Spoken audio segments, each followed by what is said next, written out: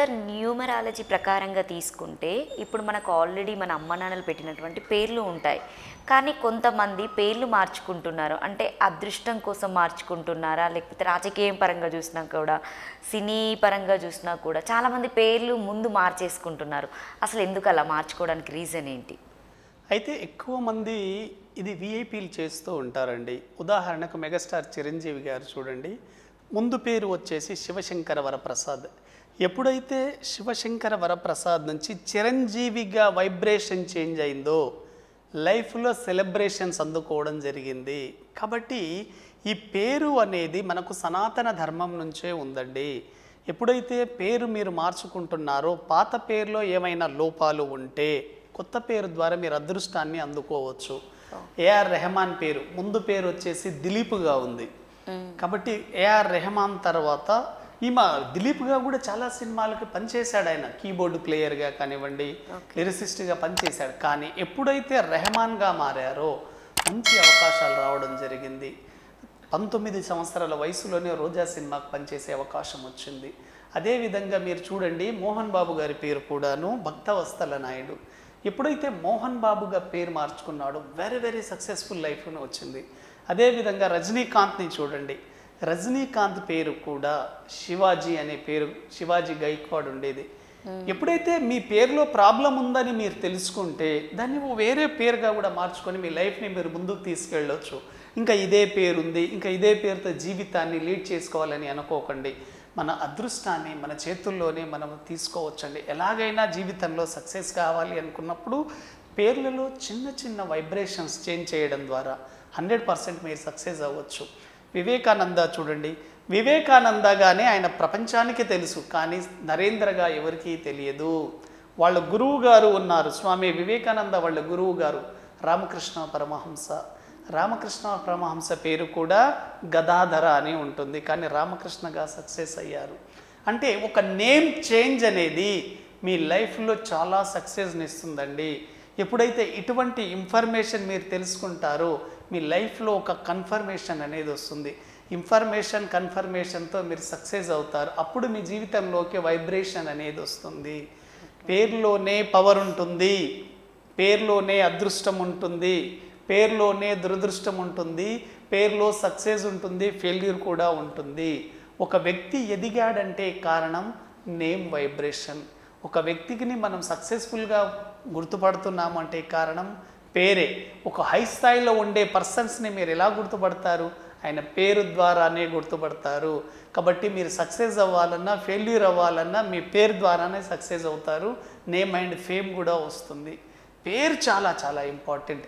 మనం కొన్ని రకాల పేర్లు విన్నప్పుడు చూడండి మనకు చాలా హాయిగా ఉంటుంది, మనలో ఒక పాజిటివ్ వైబ్రేషన్స్ వస్తాయి. ఉదాహరణకి మీరు రామ అనే పేరు విన్నారనుకోండి చాలా బాగా అనిపిస్తుంది. అదే రావణ అనే పేరు విన్నారనుకోండి మీకు తెలియకుండానే మీ సబ్కాన్షియస్ మైండ్లో కొన్ని నెగిటివ్ థాట్స్ వస్తాయి. అదేవిధంగా మీరు చంద్రశేఖర్ ఆజాద్ పేరు విన్నా, భగత్ సింగ్ పేరు విన్నా, సుభాష్ చంద్రబోస్ పేరు విన్నా మీలో విప్లవాత్మక భావాలు వస్తాయి, ఒక అగ్రెసివ్ నేచర్ వస్తుంది.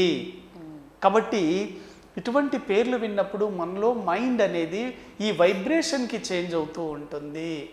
కొన్ని రకాల పేర్లు విన్నప్పుడు మీలో చాలా భయం కలుగుతుందండి. హిట్లర్ పేరు విన్నారనుకోండి, హిట్లర్ పేరు వింటే ఒక రకమైన నెగిటివ్ ఫీలింగ్ వస్తుంది మీలో. కాబట్టి మీ పేరు ఎలా ఉంది, మీ పేరులో వైబ్రేషన్స్ ఎలా ఉన్నాయి, ఈ పేరులో సౌండ్ వైబ్రేషన్ని బట్టి మీ జీవితం ఉంటుంది. కొన్ని రకాల నెగిటివ్ వైబ్రేషన్స్ ఉంటాయండి. ఉదాహరణకు పేరులో వార్ అనే సౌండ్ కానివ్వండి, కిల్ అనే సౌండ్ కానివ్వండి, నిల్ అనే సౌండ్ కానివ్వండి, నో అనే సౌండ్ కానివ్వండి, సాడ్ అనే సౌండ్ కానివ్వండి, బ్యాడ్ అనే సౌండ్ కానివ్వండి, ఇవన్నీ నెగిటివ్ వైబ్రేషన్స్. ఇటువంటివి ఉన్నప్పుడు ఆ వ్యక్తులు చాలా స్ట్రగుల్స్ని ఎదుర్కోవాల్సి ఉంటుంది. లైఫ్లో సక్సెస్ కంటే ఫెయిల్యూర్ ఎక్కువగా ఉంటుంది.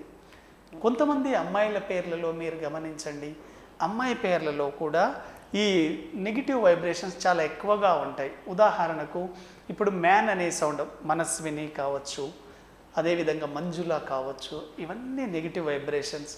అదేవిధంగా తా అనే సౌండ్ కూడా, దీన్ని అవాయిడ్ చేస్తే చాలా మంచిది. మనం పిల్లలకు పేర్లు పెట్టేటప్పుడు తా అనే సౌండ్ అవాయిడ్ చేస్తేనే చాలా మంచిది. చాలా పేర్లు ఉంటాయండి.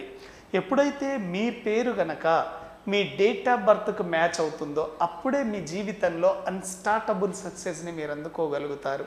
మీలో చాలా టాలెంట్ ఉండి ఉండవచ్చు, కానీ మీ పేరే సరిగా లేకపోతే ఎంత కష్టపడ్డా కూడా మీరు అనుకుంటున్న సక్సెస్ని మీరు అందుకోలేరు.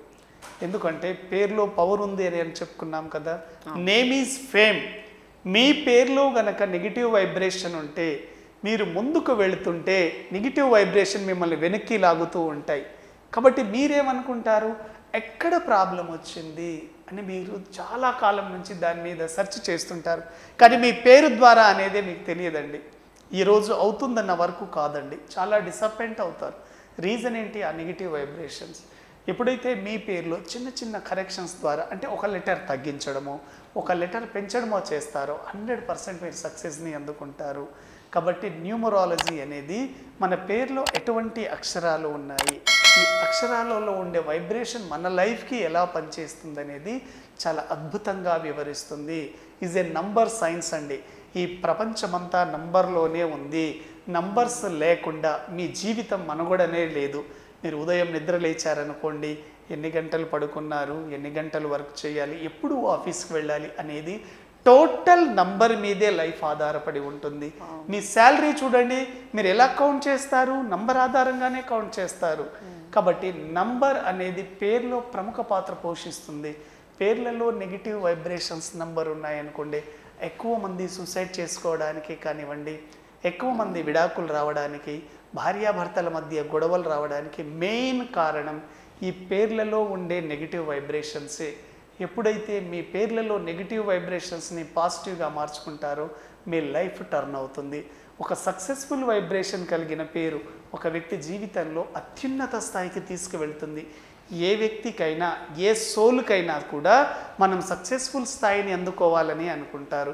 మీరు సక్సెస్ అవ్వాలనుకుంటే న్యూమరాలజీ ద్వారా ఒక్కసారి మీ పేరు చెక్ చేసుకోండి.